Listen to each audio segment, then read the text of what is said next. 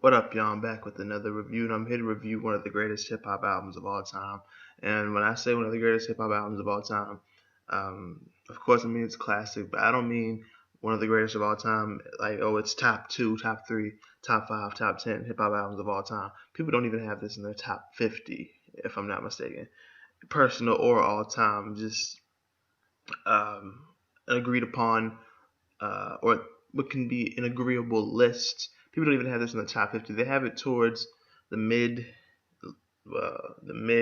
and upper 90s as far as that goes. It's one of the top 100 at least.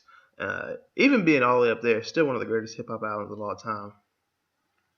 It's Operation Doomsday from MF Doom, uh, or shoot, whatever you want to call this man. You can go by all of his monikers. I mean, aliases. You can go by any one of them, but people know you're talking about. All you really have to say is Doom. They're gonna know you're talking about. Make sure it's all caps when you say and type the man's name, though. And what can I say? I decided to review this one because it was the first project I ever heard from Doom. I've heard this, Food, Mad Villainy, of course, which is the highest acclaimed album for him, and Madlib, I believe. Um, and I've heard The Mouse and the Mask. My favorite one is between this. Well, it was between this, Mad Villainy, and M Food. I like The Mouse and the Mask, but it doesn't. It's not up there with those three for me at least. Not to say it's not good, but let's go ahead and get right into this review. 20 tracks, but there are like 4 skits on here, and another one that's not even really considered. It's not called a skit on the track listing, but let's go ahead and get right into this. The first one is a skit, the first track, but the second track, Doomsday, it's the classic. It's probably, I want to say it's Doom's most known song, but if I go by what I see, what people talk about, and what I see on YouTube, it's one of, but it's not the most if I go by that. But I think it's the classic, like most of his songs and a few of his albums. It's just rich. It's smooth. It's it's classic smooth hip hop. It's like Doom. The way he MCs on this song alone is, the way he MCs on a lot of tracks are like, you just know it's Doom. But this song in particular, it's like he is MCing like he's reading a fucking newspaper or a comic book, and it's like, and at the same time, especially in the first verse, it's like he's reciting statements or the questions of an interviewer, and then giving his insights as the interviewee, giving his insight from his perspective. I mean, like I said, the first verse is a prime example of that. I mean, it's just like he's reading a newspaper. He's reading a comic book. I mean, if you've heard the song, I'm sure many of you have. That's like the thing I'm going to start doing from now on. Classic reviews. I'm going to do reviews of albums that most people have heard in the underground hip hop scene, and a little bit mainstream. It's a good mix, but I know who watches me.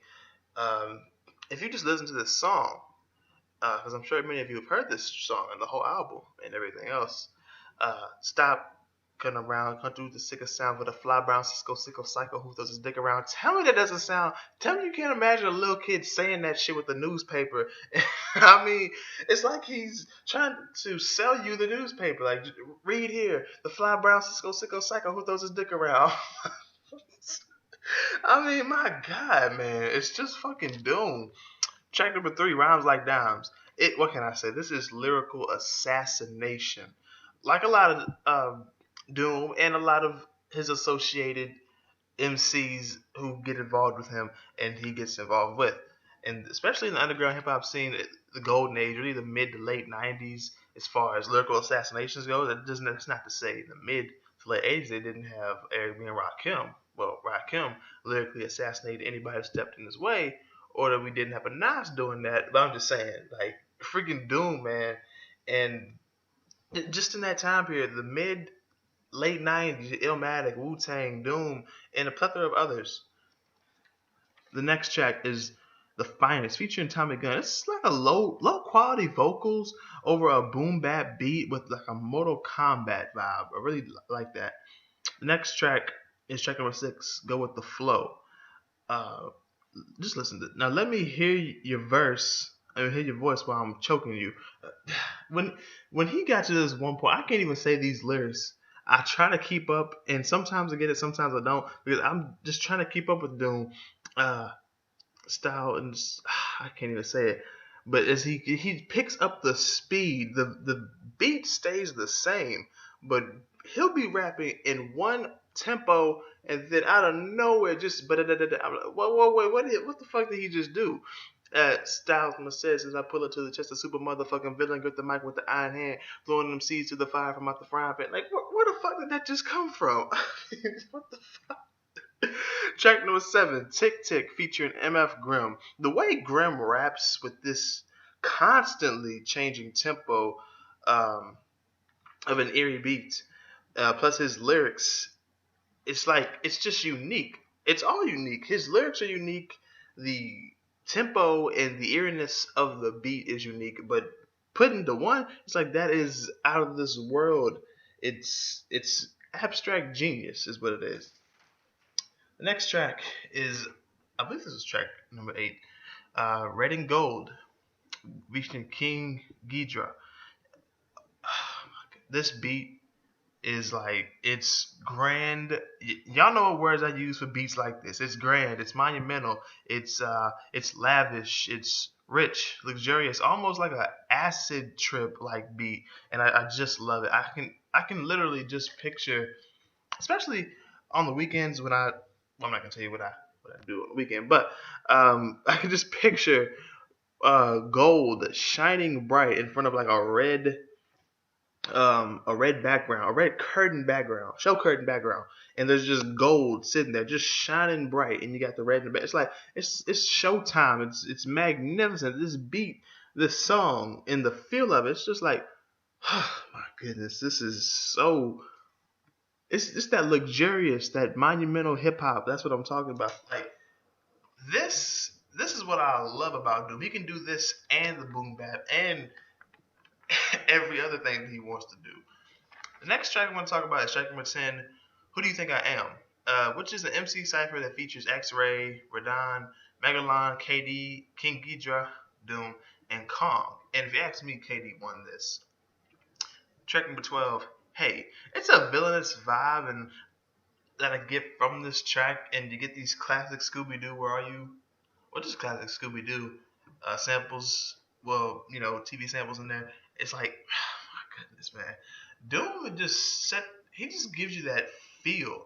Like, boom bap, lavish, lo-fi. Um, that's just him. And all these guys making lo-fi beats, all these people who love Earl and love Tyler the Creator, love Doom. I guarantee you that. And Doom and Tyler love Earl. Tyler and Earl love Doom themselves. It's like it just goes hand in hand. They're all the children of Doom. Children of Doom. What other way can I put it? Track number 13, Greenbacks featuring Megalon. I feel like this is the most underrated track on here. When I first heard this on my first listen of the album, and I didn't just listen to this track. I mean, listen to this album, not review it. I've heard this album so many damn times, but when I first heard this, it took me a while to like it. I mean, it really did. It's not underwhelming, but just the beginning, and actually, no, the whole beat kind of sounds like the beginning of beef rap off Food, but not when the beat hits. Just those first 5 seconds without the vocals. That's what this track sounds like. Track number 14, The Mic. This is really just an ode to the mic. This is Doom's love for the mic. When he said it was 13 and good, I thought, wait a minute, it may be a different number, maybe higher than 13, but I swear KRS-One has a song called 13 and good, or a different number, a higher number and good. I swear he does. The next track, because I went through 15, 16, and 17, I went to 18, Questions, featuring Curious. It's just that feel-good, warm, grown man street hip-hop. Doom kind of lets his demons out here. Talking about missing his older brother, well, his past brother as well, and reminiscing on what he comes from as far as how he can kind of be not dirty, but I guess what I could say is kind of a low life. The way he, it sounds like I'm bashing Doom, but he does this to himself. The way, like what he comes from, the kind of people and women particularly that he dealt with, and drinking, like where he comes from, and how he still falls victim to wanting to take pleasure in those type of activities.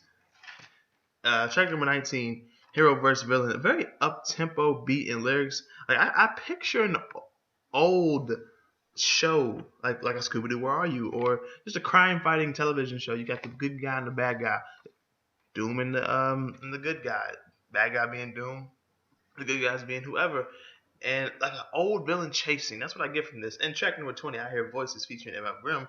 It's same beat and everything, just with Grimm's twist on it in the beginning, and you get the last half of one of Doom's verses on this track. Even though it kind of feels a lot like it's one verse, the way Doom freaking goes on it, but still. Overall, man, this is definitely a gateway album. It paved the way for a lot, like the Tylers and the Earls and the lo-fi beat creators, and keeping boom bap going, and like making hip hop sound very monumental. Not to say there wasn't. I mean, we did have De La Soul with that Stakes is High album and that single Stakes is High, making that monumental sounding hip hop that just makes you go, ooh, it gives you that warm feeling on a real cold, gritty type of day, which those kind of days are kind of past now because it's spring. But still, when it is cold, I just listen to this type of music because certain times of year it's best to listen to certain music. But Doom is any time, but especially when it's cold. That northeastern hip hop is perfect when it's cold outside, and I can relate to that cold because I'm down here in Virginia. So it's like this album it just goes hand in hand, man, and everything is going according to plan, man. So I give this a 7.5 to an 8 out of 10. I definitely think some people will definitely underrate it, and a lot of people will definitely overrate it. I remember that I just saw Hip Hop DX do a hypocrisy of the Doom fan. There are guys out here way more in touch with who Doom is and how he affects them than I am. But I think some people will overrate and underrate this album. I want to give it a 7.5 to an 8. It definitely is a classic. And I know what you're thinking. Oh, well how's the top 100? Look, it's not Mad Villainy. It's not. Uh, is Food better than this? Oh, man. Why did I just ask that? Well, you're definitely going to see me review Food and Mad Villainy somewhere down the line, just not today or this week, and probably not this month. But you will get it, though. Overall, like I said, 7.5 to an 8 out of 10. If you've heard this project, let me know what you think about it in the comment section below and what you think about my review on it. Also, be sure to hit the like button if you like this review.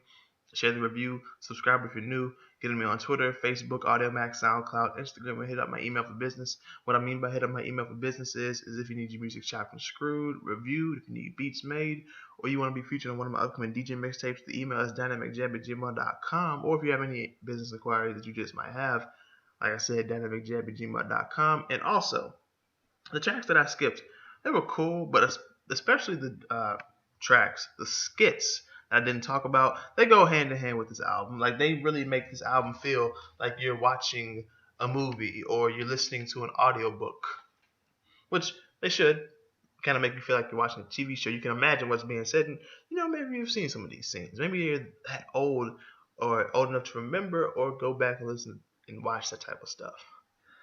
But that's pretty much it. Like I said, I'm gonna start doing this more often, classic reviews. But until the next one and just the next video, I'll see y'all next time. And thank you for watching.